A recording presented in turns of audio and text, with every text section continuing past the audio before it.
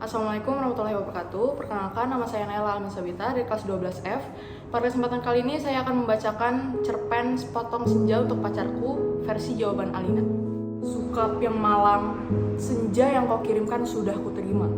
Kukira sama lengkap seperti ketika engkau memotongnya di langit yang kemerah-merahan itu. Lengkap dengan bau laut, desir angin, dan suara hempasan ombak yang memecah pantai.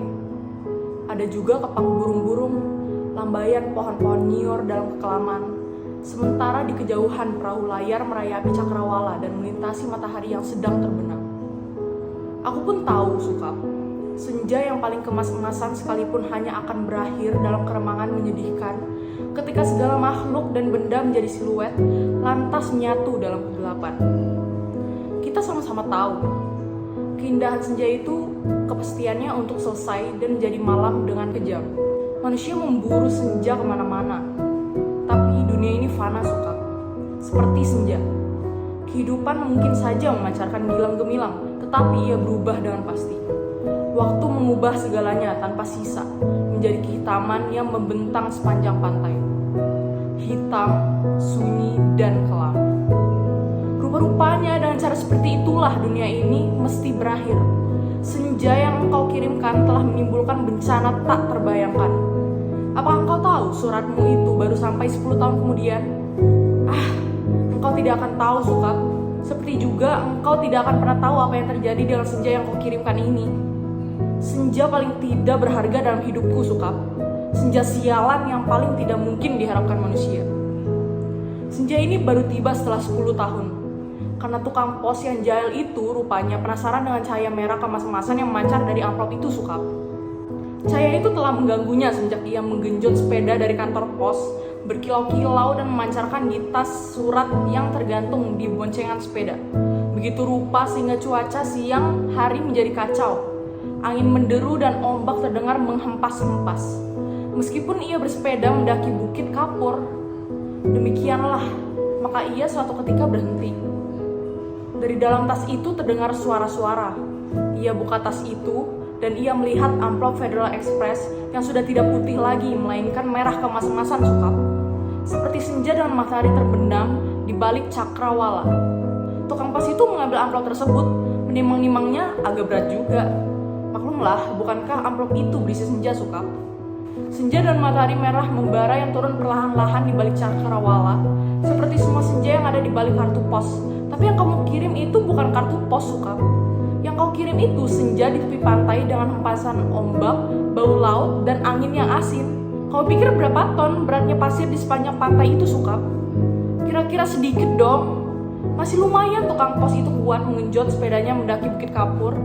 Buset, kalau anak-anak kecil tahu ada matahari terbenam di dalam amplop itu, lantas bagaimana? Kau tahulah Sukap, anak-anak di daerah bukit kapur begini tidak punya mainan yang aneh-aneh seperti di kota. Mereka hanya tahu kambing dan kerbau, ikan dan belut, sungai dan jagung. Nasi saja jarang mereka sentuh.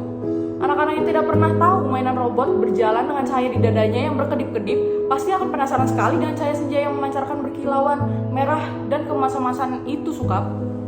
Mereka memang tidak pernah melihatnya Sukap, karena tukang pos itulah yang telah mendahului mereka. Ia menimang-nimang bungkusan berisi senja itu, mendengar-dengarkan, dan akhirnya mengintip. Tentu saja di dalam amplop itu dilihatnya ya senja. Senja terindah yang paling mungkin berlangsung di muka bumi. Ia mengintip dan terpesona. Ia buka amplop itu. Sebetulnya menurut kode etik profesi itu tidak boleh. Tapi manusia manapun bisa melakukan kesalahan bukan? Ia buka terus amplop itu dan melihat senja dengan langit merah kemas-emasan di dalam sana, di mana mega-mega berpencar seperti perahu di danau, memberikan perasaan nyaman dan tenang. Siapa yang tidak suka merasa nyaman dan tenang di dunia ini Sukap? Di sebuah dunia yang sudah miskin masih bersimpah darah pula. Maka jangan salahkan tukang pos itu Sukap. Jika ia kemudian menjadi begitu penasaran dan memasuki senja yang terbentang. Tidak ada yang tahu apa nasib waktu. Ketika anak-anak akhirnya berkerumun di sekitar sepeda yang tergeletak itu, mereka hanya melihat cahaya senja kemerah-merahan yang semburat membakar langit. Amplop itu hanya bocor sedikit, tapi akibatnya sudah begitu rupa. Ini semua gara-gara kamu, Sukap. Sukap yang malang, bodoh, dan tidak pakai otak. 10 tahun lamanya tukang pos itu mengembara di dalam amplop. Kita tidak pernah tahu apa yang dilakukan di sana. Apakah dia kawin, beranak pinak, dan berbahagia? Atau selama itu dia hanya duduk-duduk saja memandangi matahari terbenam dengan perasaan kehilangan? Sementara langit yang tadinya merah kemas-kemasan perlahan-lahan menggelap ke biru-biruan. Aku juga tidak tahu bagaimana cara menikmati senja di dalam amplop itu, Sukap. Sebuah ruang yang sungguh-sungguh terdiri dari waktu. Apakah waktu bisa diulang atau bagaimana? Aku kan belum pernah memasuki senja di dalam amplop. Atau apakah dunia ini sebetulnya seperti amplop ya, Sukap?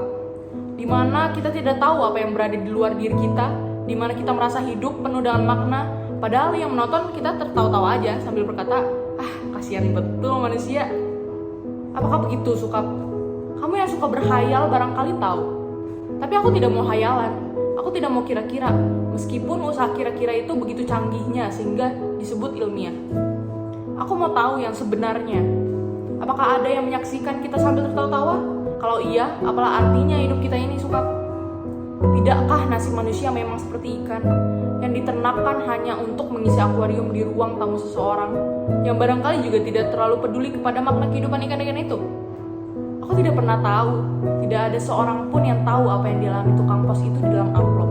Sampai ia keluar 10 tahun kemudian dengan wajah bahagia.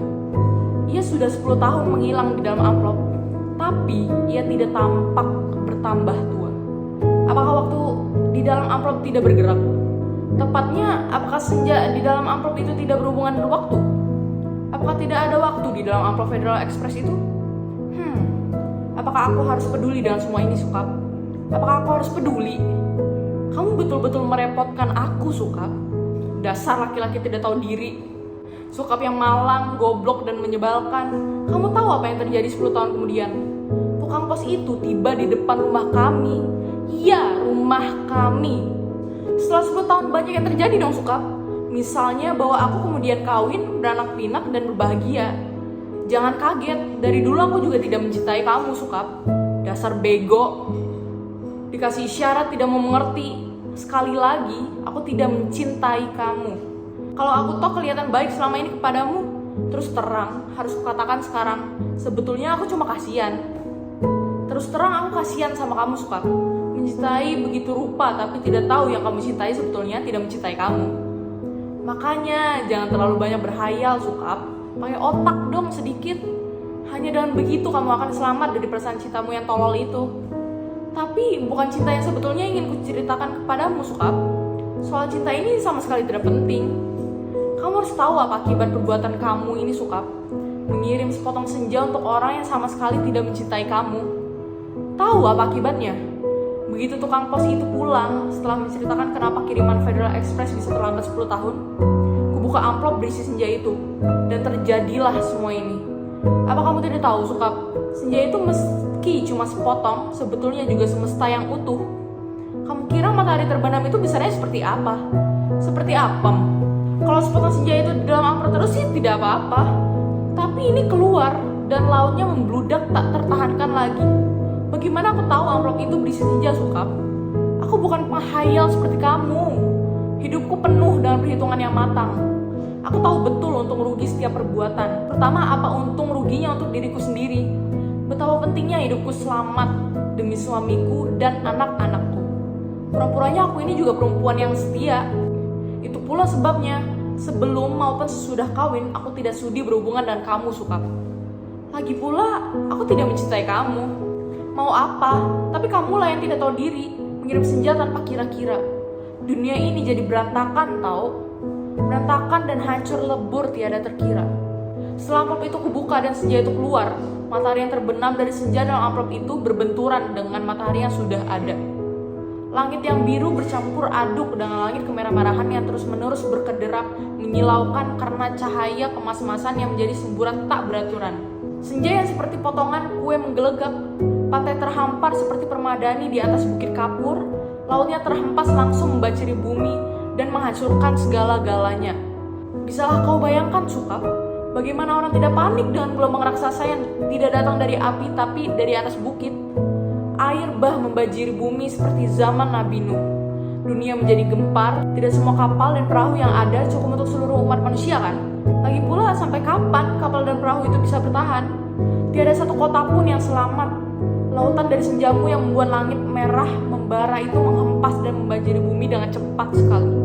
Gedung-gedung pencakar langit di setiap kota besar di seluruh dunia, gunung-gunung tertinggi di muka bumi, semuanya terendam air. Sukap, bumi ini sekarang sudah terendam air.